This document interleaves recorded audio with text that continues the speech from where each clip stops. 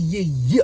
Lil Brunson back at you with the back at you, and I am the best reporting on the Eagles. Listen, I've made a decision. Didn't we make a decision, Tori?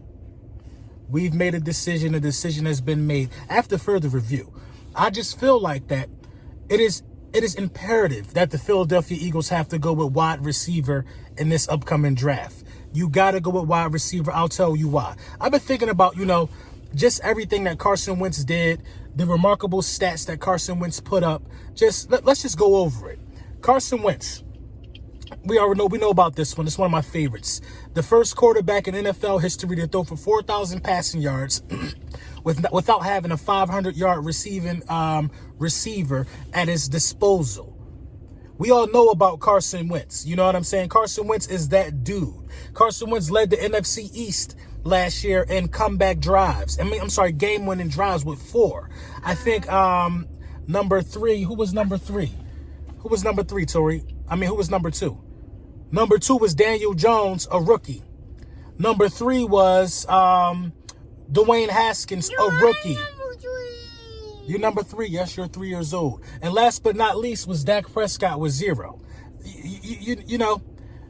A lot of people got to understand something, man. When you're talking about paying the quarterback, when you're talking about everybody saying Carson Wentz got paid prematurely, man, them guys don't know what the hell they talking about. If you can get a guy that can throw for 4,000 passing yards without a 500-yard whatever receiver that can get you 500 yards in a season and still lead that division and game-winning drives, he did it with nobodies, man. It's remarkable, man. To beat playoff teams. He beat the Packers. He beat the Bills. He did this with no wide receivers.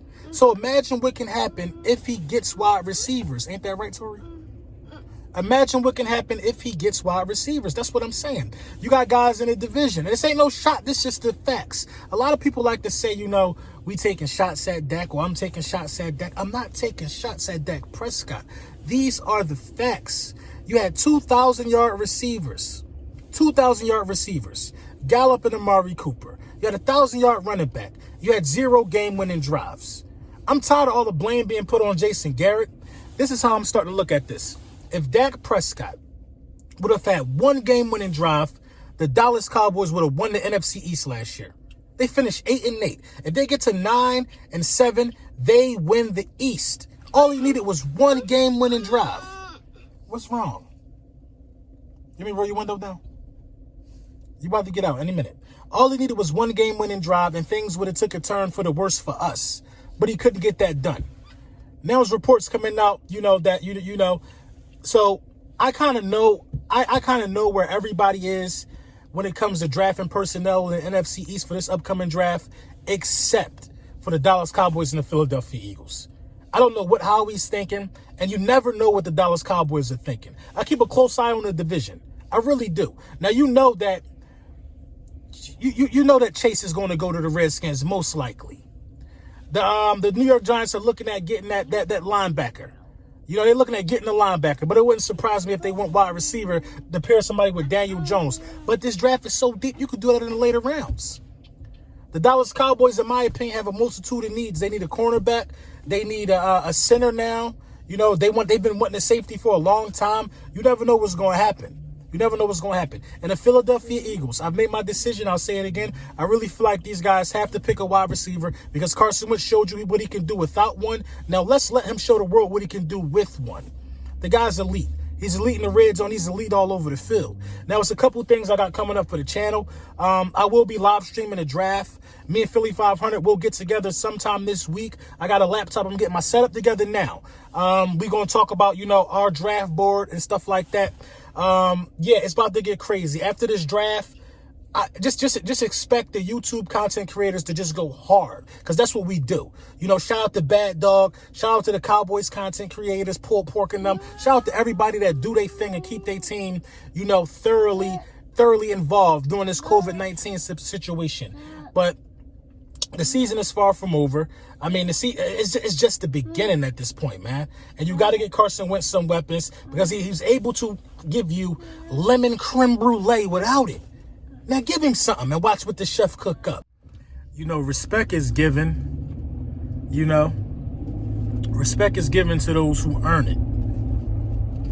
respect is earned, not given. In order to receive respect, especially as a sports athlete in Philadelphia, a high-profile athlete for the Philadelphia Eagles, the Philadelphia 76ers, Sixers hockey, Phillies, whatever you want to do in Philly, you got to be able to gain the trust of the fans. And I think Carson Wentz did that. I'm tired of people trying to tear my quarterback down. What Carson Wentz did was Carson Wentz had one of the greatest seasons of any Eagles quarterback of all time. Yeah, he did. He did. The most passing yards in a single season for as long as this franchise has been around. That's one of the greatest things ever in Philadelphia Eagles franchise history. Howie Roseman has to get Carson Wentz some weapons. We can't have the excuse. We can't have the excuse. The excuse of being that Carson Wentz didn't have no weapons. I want him to get weapons. Get him somebody he could count on. And he's going to take us to the promised land. Do you want to win Super Bowls, or do you want to keep penny pinching, being cheap and saying, oh, we could probably get it done with these guys? You want to win Super Bowls. The Philadelphia Eagles need to bring back Trey Burton, because Trey Burton is that of a Super Bowl caliber player. And this is one of the most biggest no-brainers of all time. I'll tell you why, because you don't have a third string tight end at the moment. To my knowledge, I think Perkins might have left. Burton is an explosive tight end. Wasn't he the guy that he's explosive? Didn't he throw the Philly special? He can throw, he can catch, he has speed. He's not a bad blocker. Burton is a very, very valuable third option at the tight end position, and I think the Philadelphia Eagles need to bring somebody in of familiarity with the city and just a championship pedigree. Now, I will say this. Do we have a better chance of getting Burton back, or does Frank Wright have a better chance of getting Burton in Indianapolis? A lot of guys got to understand something, man. It's not about the team some of the times. Some of the times it's about the coaches that you had with said team. You know, if he trusts Frank Wright is going to use him in the best situation possible, and he trusts his head coach, then he's going to go with Frank Wright. You know what I mean? If he had that better trust with Doug Peterson, then I could see him going with Doug Peterson. But at the end of the day, he fits what we like to do, and I think he's the guy that we should, entertain looking at. You know what I mean? So we'll see how that plays out. Let me know what you think in the comments.